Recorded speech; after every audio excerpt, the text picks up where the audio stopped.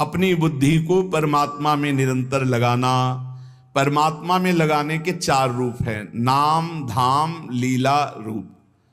जो नाम रूप लीला धाम है, इनमें सबसे सहज सरल नाम है, क्योंकि धाम भी सब कोई वास नहीं कर सकता। नाम जहां जो हो, जहां हो जो हो, बालक वृद्ध स्त्री पुरुष पढ़ा लिखा मूर्ख कोई भी हो, नाम जब सबको भगवत प्राप्ति करा देता। गोस्वामी श्री तुलसीदास जी महाराज विनय पत्रिका में कह रहे हैं, बहुत जोर की बात है, कह रहे हैं कि नाम राम रावरोई हित मेरे स्वार्थ परमारथ साथिन सो भुज उठाई कहो तेरे नाम राम राव रोई हित मेरे। मैं हाथ उठा के कहता हूं, जो स्वार्थ के मार्ग में चलने वाले हैं या परमार्थ के मार्ग में चलने वाले हैं, या आप जितने भी मुझे अपना मानते हैं संगी साथी, मैं सबसे हाथ उठा के पुकार करके घोषणा करता हूं कि त्रिभुवन में केवल एक परम कल्याण करने वाला भगवान का नाम है। मेरी बात मान लो। गोस्वामी तुलसीदास जी कहते नाम चल रहा है, कहीं भी हो आपको भगवत प्राप्ति हो जाएगी। नाम चल रहा है, नाम। जननी जनक तजो जनमी करम बिनु विधु ही सृजो अवडेरे मोहू सो को कहत राम ही को सो प्रसंग के ही केरे। देख लो मेरा भाग्य, जन्म लेते ही माता चली गई। बड़े महापुरुषों के साथ बड़ी घटनाएं घटती हैं। जन्म लेते ही माता चली गई। अभागी जानकर पिता ने कभी प्यार नहीं किया, त्याग कर दिया। जिस पुत्र के प्रकट होती मेरी अर्धांगिनी चली गई, मैं ऐसे पुत्र का मुंह भी नहीं देखना चाहता। तो माता ने तो शरीर त्याग के चली गई, पिता ने मुझे त्याग कर दिया। ब्रह्मा ने मुझे कुछ अभागा ही रचा है। गोस्वामी तुलसीदास जी कहते हैं, बड़ा बेढप मेरे भाग्य की रचना करी। जिसके दरवाजे में खड़े हो जाते टुकड़ा नहीं देता, भगा देता। जिस दासी ने पालन पोषण किया, कुछ दिन बाद वो भी पधार गई। सबको ये भ्रम हो गया कि तुलसीदास जी महाराज के लिए कि बड़ा भागा बालक है, जिसके दरवाजे पे खड़ा होगा कोई घटना घट जाएगी, कोई भोजन नहीं देता। बोले ब्रह्मा ने कुछ भाग्य ही ऐसा रचा था। अब जो मुझे समझ में आया कि मेरा जो भाग्य बदला वो राम नाम से। राम राम राम, पकड़ो बात को, पकड़ो। अब तो कोई कोई कहता है कि तुलसी राम का है। अब अभाग्य मिट गया। बड़े बड़े बादशाह ताज उतार कर रखते हैं। जानते हो ये सब क्यों हो रहा है?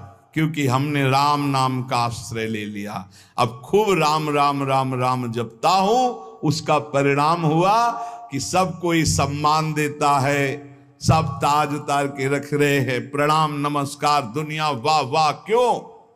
क्योंकि राम राम जपता हूं, राम का हूं, इसलिए। बात समझो।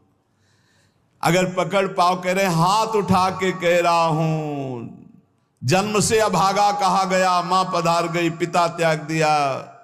संसार के लोग कहते अभागा है, लेकिन राम नाम का प्रताप ऐसा उदय हुआ। मोहू से को कहत राम ही को सो प्रसंग कह के रे। उसी नाम के बल से लोग अब कहने लगे तुलसी तो राम का है। फिर ओ ललाट बिनु नाम उदर लगी, दुखो दुखित मोहि हेरे। आहा, जब मैं राम नाम का आश्रय नहीं लिए था, तब पेट भरने के लिए द्वार द्वार पर ललचाकर भूख से व्याकुल होकर खड़ा होता। उस समय मेरी दशा मुझे याद है कि अगर दुख देखे तो दुखी हो जाए, ऐसी मेरी दशा थी। बालक अवस्था, भूख से व्याकुल, दूसरे के दरवाजे पे खड़ा और धक्का मार के लोग भगा देते, अभागी है। फिरो ललाट बिनु नाम उदर लगी, दुखो दुखित मोहि हेरे। और अब बोले नाम प्रसाद लहत रसाल फल, अब हो बबूर बहेरे। नाम राम राव रोई हित मेरे। जब नाम जब शुरू हुआ तो नाम की कृपा से क्या हुआ कि बबूल और बहेड़े के जो वृक्ष थे अब उनमें आम लग गया। मान लो मेरा जीवन बबूल का पेड़ था, बहेड़े का पेड़ अपवित्र माना जाता है, लेकिन उसमें आम लग सकता है, लेकिन लग गया क्योंकि मेरा जीवन ऐसा था। आज परमानंद की बाढ़ आ रही। बोले वे किसके बल से? बोले राम राम राम, नाम के बल से आई। नाम प्रसाद लहत रसाल फल, रसाल माने आम का फल, अब हो बबूर बहेरे। पहले तो मैं कैसा था? बोले बबूल का पेड़, काटा ही उगेगा, दुख ही मिलेगा। और जब नाम का जप शुरू किया तो उसी बबूल में रसाल लग गया, आम का फल अर्थात महान आनंद।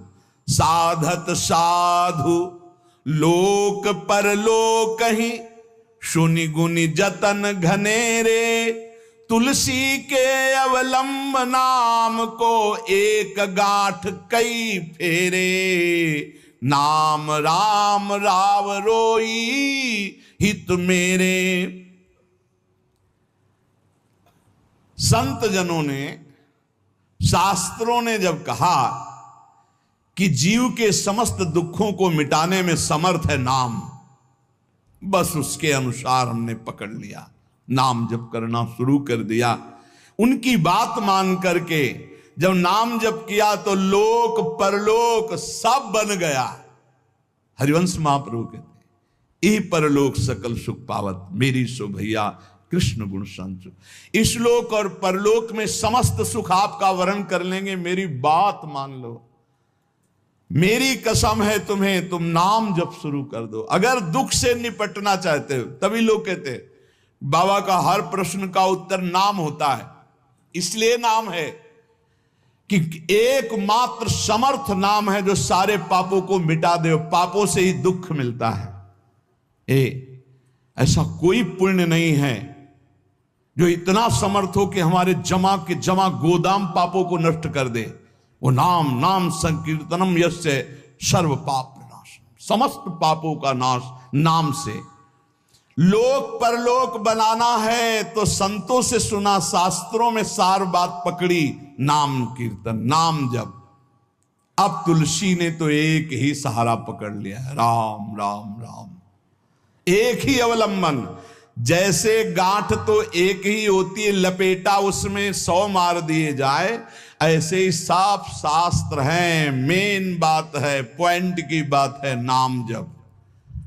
यज्ञानाम जप यज्ञोष्मी, जितना नाम जप कर लोगे उतने ही सुखी हो जाओगे। बात को पकड़ लो। गोस्वामी तुलसीदास जी कहते हैं, तो श्री तुकाराम जी महाराज कहते हैं, संदेह मत करो, वही एकांतवास सफल है जो समाधि में है। समाधि कैसी है? नाम की समाधि, नाम का ध्यान, 2 अक्षर राधा, वही गूंज रहा है। अब समाज में बैठे हो तो एकांत, एकांत में बैठे हो तो एकांत। और अगर नाम जप नहीं चल रहा तो श्री तुकाराम जी महाराज कह रहे हैं केवल एकांत में बैठे रहना प्रमाद है। एकांत में समय व्यतीत पड़े हैं वो प्रमादी है। तो कैसे एकांतियों को, जैसे सांप भी तो बिल में रहता है, गुफा में चूहा भी रहता है, पीछे आपने चर्चा सुनी, क्या उनको भगवत प्राप्ति हो जाती है क्या? हाँ, नए साधक को चाहिए कि कुछ समय एकदम शांत, जैसे आप लोगों के पास कुटिया है, कमरा है, एकांत कमरे को अपना गुफा समझो, सेवा और वाणी पाठ आदि किए, कुछ समय तो एकांत मिलता ही है।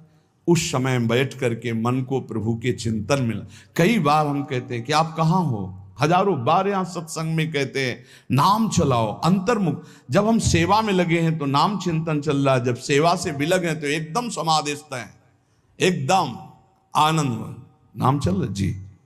चिंतन ही हमारे जीवन का सार है, इतनी बात समझ लो। अगर आपका चिंतन नहीं चल रहा, हम कोई महत्व नहीं रखते, इन सब बाहरी बातों का महत्व नहीं रखते, ध्यान रखना। खास बात है आपका चिंतन क्या चल रहा है। हमारे हृदय को प्रसन्न करने वाली सबसे बड़ी सेवा है आपका चिंतन। अचानक दृष्टि आपके चेहरे में पहुंचे और आपकी नेत्र दिखाई दे रहे अंतर्मुखता में, एक हृदय में शीतलता आ जाती है, हाँ काम हो गया। अगर साधक ऐसे चलेगा तो बहुत जल्दी काम हो। मुख बरनत हरिवंश, चित्त नाम हरिवंश रति, मन सुमिरन हरिवंश, यह जो कृपा हरिवंश। एक क्षण का भी, जैसे हम चर्चा कर रहे हैं तो भगवत चर्चा और एकांतिक कर रहे हैं तो भगवत प्रश्नोत्तर, उस समय भी किसी के भी एक चेहरे को लक्ष्य बना लेते हैं। वो समझता है हमको बहुत प्यार करके देख रहे हैं, नहीं, हम उस समय नाम लिखते हैं, नाम लिख करके वार्ता करते जा रहे हैं, बराबर दृष्टि उसके जमाए हुए हैं, वो समझ रहा है हमारी तरफ देख रहे हैं, हम बिल्कुल नहीं पहचानते ही नहीं कौन होगा, हम तो बोर्ड मिल गया, अच्छा उसमें नाम लिख रहे हैं और अपनी वार्ता कर रहे हैं। साधु हर समय सावधान सो, साधु नहीं, साधु काहे का, सेवा सुमिरन सावधान। इसलिए हम माइक से गरज के कह रहे हैं कि हम कभी भी किसी से पूछ सकते कहां हो, पक्का समझ लो। हमारा कोई व्यवहार नहीं है, हमारा कोई प्रिय नहीं, हमारा सबसे प्रिय वही है जो भजन करता है, जो सुमिरन करता है। अचानक दृष्टि पड़ी, आपसे पूछा कहां हो जी, अच्छा ठीक है, हृदय शीतल हो जाएगा। अगर सुमिरन नहीं तो फिर हमको आप अगर सेवा शब्द से प्रभावित हो तो सेवा है आज्ञा, आज्ञा समन सुसाहिब सेवा। अब जो ही कहा करें हम सोई आयस ले चलें, सेवा की आड़ में अपनी चित्त वृत्ति का मनोरंजन मत कीजिए, मनोभंजन करना है, हर समय भगवत चिंतन परायण रहना है। अगर भगवत चिंतन नहीं तो आपका कोई अस्तित्व, देखो ये बड़ी दौड़ है, छोटी मोटी दौड़ नहीं है, ये बहुत बड़ी दौड़ है। आपको संसार समुद्र से अकेले पार होने की बात नहीं, तुम साधु हो, तुम लाखों को पार कर सकते हो, समझना। मान लो अगर आप भगवत प्राप्त हो गए तो लाखों को अपनी कृपा रूपी नौका में बैठाल कर संसार समुद्र से पार करोगे। साधु अपने लिए भजन नहीं करता, हाँ इस जगत के लिए भजन करता है। सर्वे भवन्तु सुखिना सर्वे संतु निरामया। श्री तुकाराम जी कह रहे हैं एकांतवास लाभ उसी का जिसका चिंतन चलता है। भाई इस बात पर बहुत जोर दिया भगवान श्री कृष्णचंद्र जी ने, अनन्य चिंतयन्तो माम अनन्य चेता सततम। बार बार भगवान इस बात पर जोर दे रहे हैं। जनसंग में नाम चल रहा है तो आप एकांत हो, एकांत में नाम जब नहीं चल रहा तो आप प्रपंची हो। देख लो अंदर प्रपंच चल रहा होगा। जन संसर्ग से शून्य अर्थात भीड़ भाड़ में रति न होना, अर्तिर्जन संसदी, और एकांतिक भगवत चिंतन होना। हम एकांत को समझते कमरा में पड़े हैं तो हम एकांत हैं, हम ऐसा एकांत नहीं समझते। एकांत है कि हम प्रभु के चिंतन में हैं तो एकांत है, चाहे बाजार में खड़े हों। अगर प्रभु का चिंतन नहीं तो एकांत में कमरा में पड़े पड़े एकांत में कोई लाभ नहीं। एकांत में उसी का लाभ है जो एकदम समाधिस्थ तन्मय है, एकांत में समाज में सावधान होकर चेष्टाएं कर रहा है और नाम अंदर अंदर चल रहा है। आनंद कंद भगवान गोविंद को छल छंद अच्छा नहीं लगता, मतलब नाटकबाजी अच्छी नहीं लगती। जहां हो वहीं भजन करो, जैसे हो उस परिस्थिति में भजन करके दिखाओ। भजन की भूख जग जाए यार, यही सत्संग का लाभ है, भजन की भूख जग जाए। एकांत का तात्पर्य है प्रभु की शिवा और कुछ सुमिरन में ना, प्रभु के चिंतन में डूबना। ए भाई समझो, सत्संग सुन रहे हो उसको पकड़ो, अपने हृदय में बार बार चलाओ। देखो ये अंदर से बात समझ लीजिए, हम उसे बहुत जी जान से प्यार करते हैं जो भजन करने वाले हैं। हम जिन साधकों को देखते हैं कि अपनी सेवा दिनचर्या और भजन किसी से मतलब नहीं, ऐसे ऐसे साधक हैं कि एक एक दो दो वर्ष हो गए हमने कभी उनसे राधे श्याम हमारी उनकी नहीं हुई होगी। और आप सच्ची मानिए एक दिन भी ऐसा नहीं जो हमारे चिंतन में नाते हो, चिंतन के द्वारा उनका पोषे। और हमारे पास हो अगर भजन नहीं करते तो सच्ची मानिए हम जानते भी नहीं है। अभी आप हमें अंदर की बात, जैसे वो कह रहे थे कि हम जान गए आपको, तो हम कहा नहीं जाने हो, जान जाओगे तो प्रेमानंद बन जाओगे, प्रेम और आनंद प्रिया और लाल के रूप में डूब जाओगे। ये हमारे गोविंद आनंद कंद सच्चिदानंद प्रभु को ये छल छंद अच्छे नहीं लगते, उनको तुम छल कपट में नहीं फंसा सकते। एकांत निष्ठ भक्त, उसका मतलब हम तुरंत ले जाते हैं कमरा एकांत, गुफा एकांत नहीं, एकांत हृदय, एकांत निष्ठ भगवान के चरणारविंद में। शाब्दिक एकांतिक में मत जाइए कि शब्द का एकांत, कि भाई शोरगुल नहीं हो रहा, मैं एकांत कमरे में पढ़, नहीं नहीं, आंतरिक एकांत में। अकेले चुपचाप बैठे रहना एकांत नहीं कहता, भगवान में खोए रहना एकांत का। इसको समझिए, प्रभु में खोए रहना। एकांत वास का तात्पर्य सच्चिदानंद प्रभु में खोए रहे। तो सत्संग, नाम कीर्तन, नाम जप, भगवत सेवा, इन्हीं से असली एकांत मिलता है, हृदय का एकांत। हृदय रूपी गुफा में हर समय चित्त चिपका हुआ है प्रभु के चिंतन में। कितना अपार आनंद है जब हर समय मंत्र की बार बार आवृत्ति होती। नाम जो न तरय भव सागर, अस समाज नर पाए, स्वत निंदक मंदमति आत्म हनन गति जाए। श्री तुकाराम जी महाराज कह रहे हैं कि जीव में एक अहंकार होता है, यही आत्मज्ञान को ढके हुए है, यही भगवदानंद को ढके हुए। अहंकार तामस वृत्ति से टिका रहता है, तमोगुण का लक्षण है अहंकार। इस तमोमय अहंकार में इसके बहुत प्रकार हैं। मैं स्त्री हूं, मैं पुरुष हूं, मैं विद्वान हूं, मैं धनवान हूं, मैं कुलवान, बहुत तरह के अहंकार हैं। सब अहंकार के भेद ही हैं। ये मैं देह हूं, ये मुख्य अहंकार बनता है जाकर, मैं देह। इस मलिन अहंकार से उज्जवल अहंकार ढक गया कि मैं ब्रह्म हूं, ये ढक गया। देह मैं हूं कहने के साथ ही लाखों चिंगारियां अहंकार की प्रकट हो गई। मैं रूपवान हूं, मैं धनवान हूं, मैं विद्यावान हूं, मैं गुणवान हूं, मैं कीर्तिवान हूं, मैं त्यागी हूं। अहंकार। मैं अमुक देश का, अमुक भाषा का ज्ञान, अमुक धर्म का ज्ञान, अमुक जाति का, अमुक वर्ण का, अमुक कुल, आदि आदि। अहंकार। प्रकृति के स्वभाव में हर्ष और विषाद, स्तुति और निंदा, मान और अपमान, ज्ञान और अज्ञान, ये सब अहंकार के कारण ही भोगने पड़े। अहंकार। प्रकृति से परे जो परमात्मा है तब तक आंख उठाकर उसकी ओर नहीं देख सकते जब तक अहंकार है। तुकाराम जी महाराज कह रहे हैं, परमात्मा के और तुम्हारी दृष्टि के बीच में जो पर्दा लगा हुआ है वो अहंकार। जब तक ये अहंकार नष्ट नहीं होगा तब तक भगवान की तरफ आंख भी नहीं उठा सकते हो। दर्शन पाने की बात जाने दो। बहु धन त्याग कर सकते हो आप, बहुत बाहरी आडंबर दिखा सकते हो आप, लेकिन ये अहंकार तब भी पुष्ट होता रहेगा। मैं धन त्यागी हूं, तब भी आप परमात्मा का साक्षात्कार नहीं कर सकते। ये अहंकार सर्वथा दूर तब तक नहीं होता जब तक भगवत कृपा से गुरु कृपा नहीं होती। गुरु कृपा। तभी तो तुकाराम जी के पीछे चैत्र में सुनाओ छटपटा रहे थे कि गुरुदेव मिल जाएं, गुरुदेव मिल जाएं। जैसे जैसे गुरु की कृपा अवतरित होती हृदय में, वैसे वैसे अहंकार का पर्दा भस्म होने लगता है, आग ही लग जाती है। अहंकार भस्म हो गया। जो ही अहंकार का पर्दा फटा तो सन्मुख परमात्मा का साक्षात्कार, वही अहंकार पर्दा है। जैसे कोई प्रवीण कला विद्या से युक्त हो पर आसन लगा करके अपने सामने पर्दा कर दे तो न कला दिखाई देगी, न प्रवीणता, न गुण, न वो।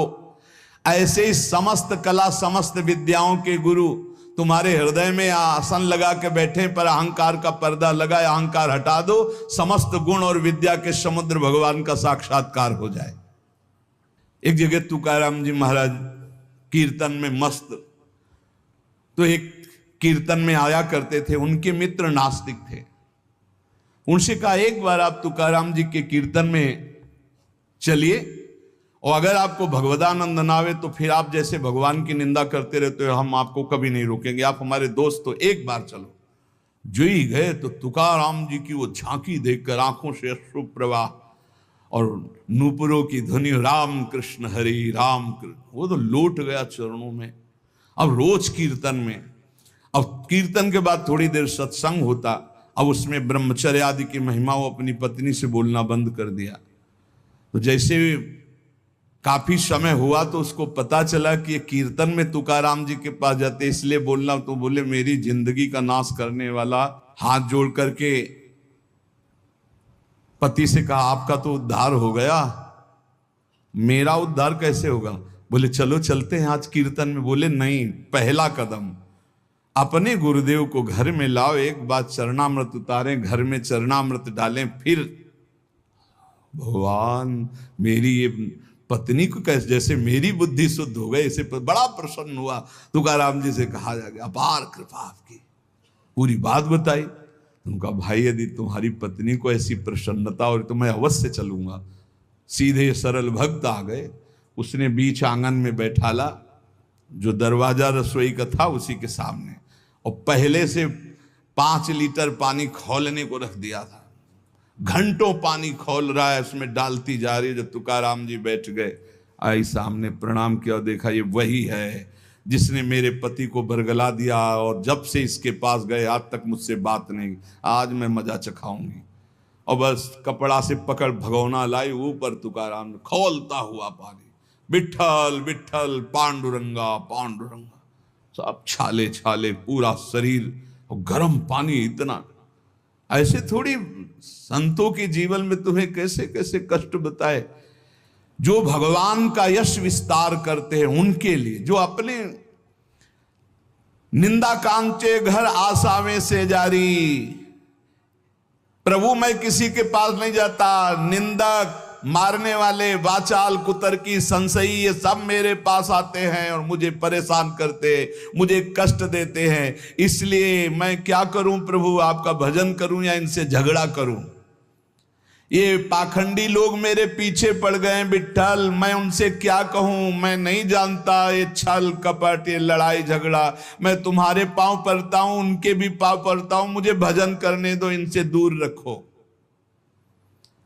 नको दुष्टो संग पड़े भजना मधि भंग, तुक निषेधिता मद न साहे सर्वथा, एका माध्या जी में बाद करूं कोणांसवे, तुझे वर्णुम गुण की है राखो दुष्ट जन। काय करूं एका मुखे सांगम महणे तुका। तुकाराम जी कह रहे हैं अगर दुष्ट पुरुष का संग दुष्ट करे तब तो निभ जाएगा, लेकिन दुष्ट का संग अगर साधु से करवाओगे तो भजन भंग हो जाएगा। नको दुष्ट संग पड़े भजना मदि भंग। प्रभु ये दुष्ट लोग मुझे नीचा दिखाना चाहते हैं, मुझे इस बात से कोई डर नहीं, पर मुझे सहा नहीं जाता जब ये भजन विरोधी बात करते हैं। मैं अपने को अकेला देख रहा हूं प्रभु, किस किस से वाद करूं? ये आपका गुण नहीं बखानते, ये दुष्ट जन आकर के आपकी अवहेलना करते। तुकाराम कहता है एक मुख है, किस किस को उत्तर दूं? इसलिए दुष्ट जनों का संग जब प्राप्त हो तो मौन ही सबसे उत्तम है, और भगवान को पुकारना, पुकार करके अलग रहना। और ये प्राप्त होगा जब आपका अच्छा भजन चलने लगेगा तो दुष्ट लोग पीछे लग जाएंगे। ये भगवान का ऐसा है। देखो जिसका भी उत्तम भजन हुआ उनके साथ ये घटना घटती है। उपासक को अनुपम आनंद की प्राप्ति एकांत लाभ से होती है, पर केवल एकांत में बैठे रहना एकांत लाभ नहीं है। एकांत लाभ का मतलब है समाधि, चाहे वो सबके बीच में बैठा भी हो। ये अहंकार किसी भी गुण कला विद्या से नहीं मरता है, इसको और अहंकार हो जाता है, मैं कलावान हूं, मैं विद्यावान हूं, मैं गुणवान हूं। अरे यहां तक कि मूर्खता का भी अहंकार होता है। चित्त में अहंकार को पोसते पोसते अनंत जन्म व्यतीत हो गए, अब भगवान के मार्ग में चले तो नम्रता का अहंकार हो गया। ये भी है, मैं बहुत सरल हूं। अरे कितना बोझा लदा है अहंकार का। तुम और समझो, धूर्तों को धूर्तता का भी अहंकार होता है।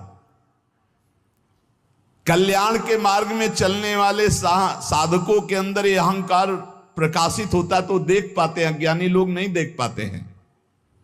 ये साधकों को क्लेश देने लगता है, तब जान ले कि इसके मिटने का समय आ गया। जिसको अहंकार चुभने लगे, एक साधक रो रो के कह रहे थे कि मुझे ऐसा अहंकार है कि मैं दैन्य हूं, भगवान की विशेष कृपा मेरे ऊपर, मैं बहुत भजनानंदी हूं क्योंकि हर समय नाम जप करता रहता हूं, तो मुझे डर लगता है कि इस ऑपरेशन का कहीं कोई कठोर विधान भगवान न कर दे। तुमका उसे डरना तो चाहिए क्योंकि भगवान ऑपरेशन तो बहुत अच्छा करते हैं, पक्का करते हैं, पर घटना बहुत, तो बोले मुझे डर लगता है, मैं सहन नहीं कर सकता कि अगर कोई ऐसी घटना आई, तो यही अहंकार है, वो बचना चाहता है। तो हम कहा डरो और भगवान से प्रार्थना करो, नहीं तो ऑपरेशन थिएटर साथ ही लिए घूमते भगवान, पता नहीं कब कहां कौन सी घटना घटा दे कि सारा अहंकार मिट्टी में मिल जाए।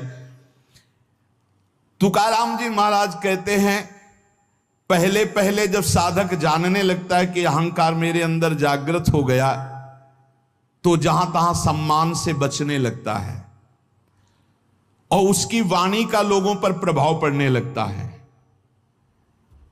तब अहंकार उपाधि रूप धारण करने के लिए फिर आ जाता है चौड़े पे। बहुत बड़ा युद्ध है।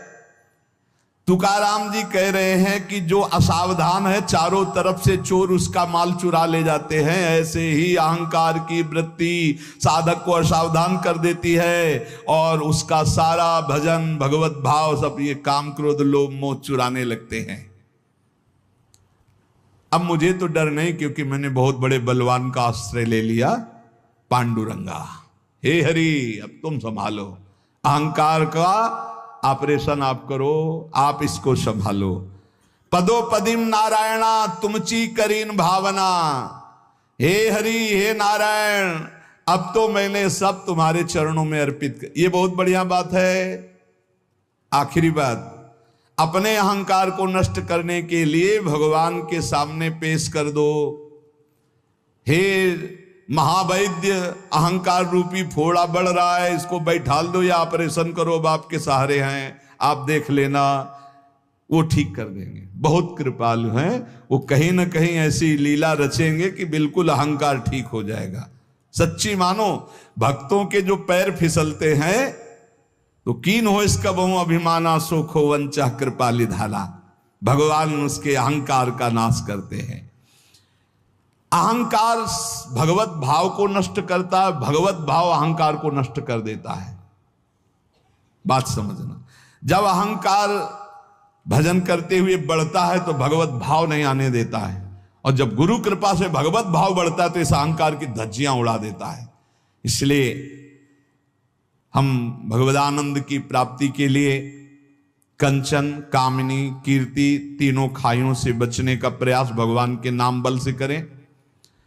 अधिक से अधिक आंतरिक एकांतिक हृदय को देखते रहें कि प्रभु के नाम में लगा है कि नहीं, और किसी भी बात का हमारे अंदर अहंकार ना आने पावे। यदि अहंकार आवे तो भगवान की शरण में होकर पुकारें कि हे नाथ, मेरे इस मलिन अहंकार का नाश कीजिए।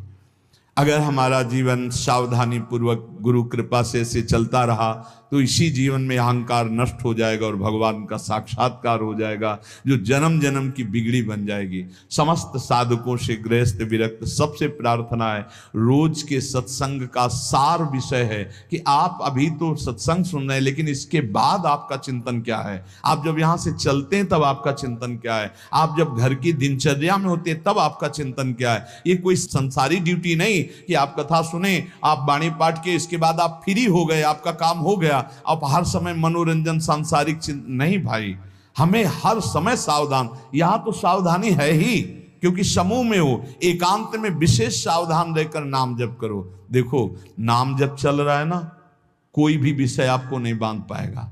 हम कई बार कुछ साधकों से कहते हैं कि विषय सेवन तभी बांधता है जब आप नाम जपने का। अगर आपके अंदर चल रहा है राधा वल्लभ श्री हरिवंश, राधा वल्लभ श्री, आप प्रसाद पा रहे हो, आपको स्वाद नहीं बांध पाएगा।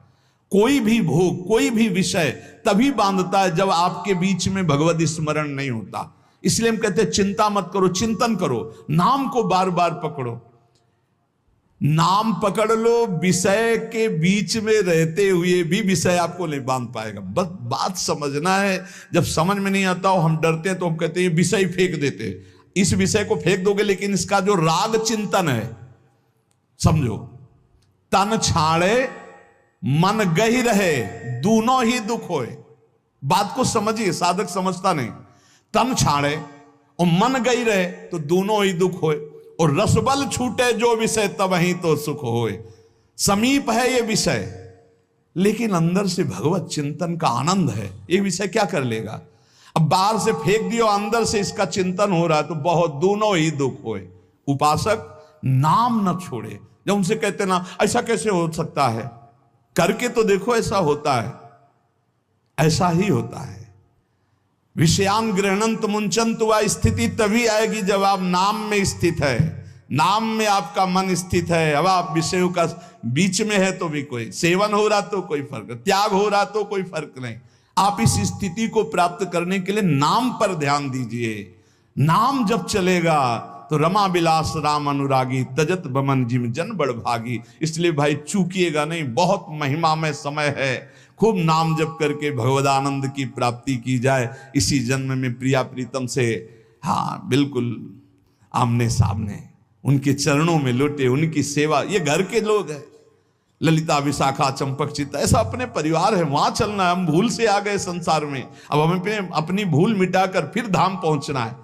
बिल्कुल नजदीक आ चुके हैं, बस दरवाजा क्रॉस करो, चिदानंद धाम में प्रवेश हो जाएगा। शेष चर्चा आगे। श्री राधा वल्लभ लाल की जय।